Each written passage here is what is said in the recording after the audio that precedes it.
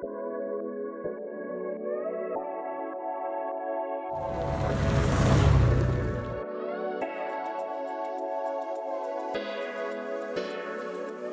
bien voilà, on avait un road trip de 60 jours à faire aux États-Unis. On s'est dit, mais qu'est-ce qu'on va prendre comme équipement? On est en plein été, on part en juillet, on revient mi-septembre avec des amplitudes de température assez importantes, puisqu'on attendait 45 degrés et également 15 degrés. Qu'est-ce qu'on allait pouvoir prendre?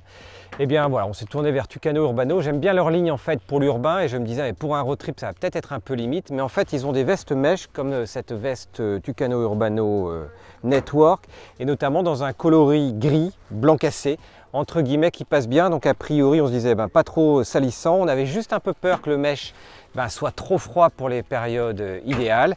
Et on vient de rouler avec pendant 60 jours. On va vous dire tout ce qu'on en pense. Pour moi, en fait, la coupe est super top, d'autant plus qu'on peut régler au niveau des manches un petit peu partout. On peut régler par derrière. Il y a des poches aussi bien devant en fait que derrière et à l'intérieur.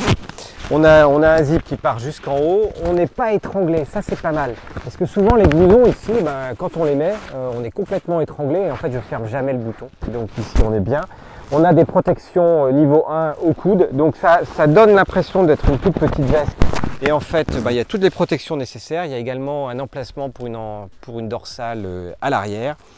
Et il y a des protections également, bien sûr, aux épaules. Et surtout, il y a du mesh. Et encore une fois, si ça flotte ou si c'est trop grand, il y a le moyen d'affiner la position avec des pressions. Alors, ce qui est rigolo par rapport à certaines vestes mesh, et c'est ce qui fait la différence sur le marché, c'est qu'il y a des vestes qui sont entièrement en mesh. Et celle-ci, c'est un mix de mesh en fait, et puis de plein. Résultat, en fait, ça lui donne une meilleure polyvalence. C'est-à-dire que même quand il fait 45, bon, on a un peu chaud, mais au moins on a les protections. Mais quand il fait 15, alors c'est un tout petit peu juste, on mettra une sous-veste en dessous parce qu'il n'y a pas de doublure sur ce modèle, alors que chez Tucano Urbano il y a également un modèle monsieur madame qui ont eux des doublures intégrées amovibles.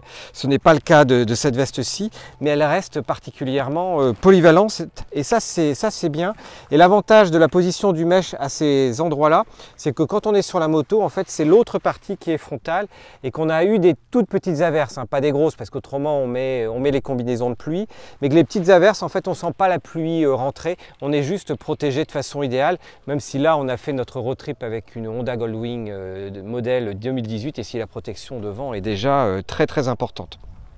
On se disait le blanc, enfin le gris, ça va être très salissant. Voilà, cette veste a été portée pendant 2 mois, tous les jours sur la route, pendant plusieurs milliers de kilomètres. Objectivement, on l'a pas lavée pendant 2 mois. Elle commence en fait à être un petit peu sale au niveau des poignets, là ça se voit bien.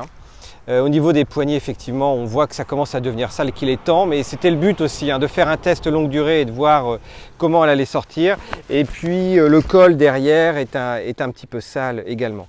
Dans le cadre par contre des petits détails sécurité de cette veste là, comme souvent chez Tucano Urbano, on peut sortir en fait des inserts réfléchissants au niveau des manches notamment, ce qui fait que de nuit, si les phares arrivent dedans, ça vous fait des points réfléchissants sur votre veste, sachant qu'elle est déjà particulièrement claire et donc que vous êtes plus visible.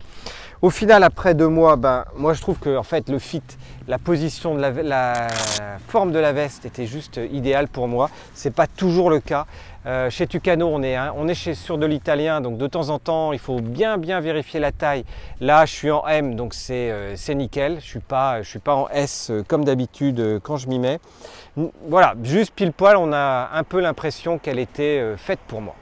Il reste le prix à 119 € qui est dans la gamme de prix usuelle de chez Tucano Urbano. On n'est pas dans une gamme d'entrée de gamme chez Tucano Urbano. On parle de produits bien finis avec une jolie coupe, une coupe à l'italienne et qui donne donc des prix un peu supérieurs à ce que l'on peut trouver ailleurs sur le marché. La solution, c'est encore d'acheter sur le web du coup pour avoir quelques pourcents en moins ou de profiter des soldes où on peut de temps en temps la trouver.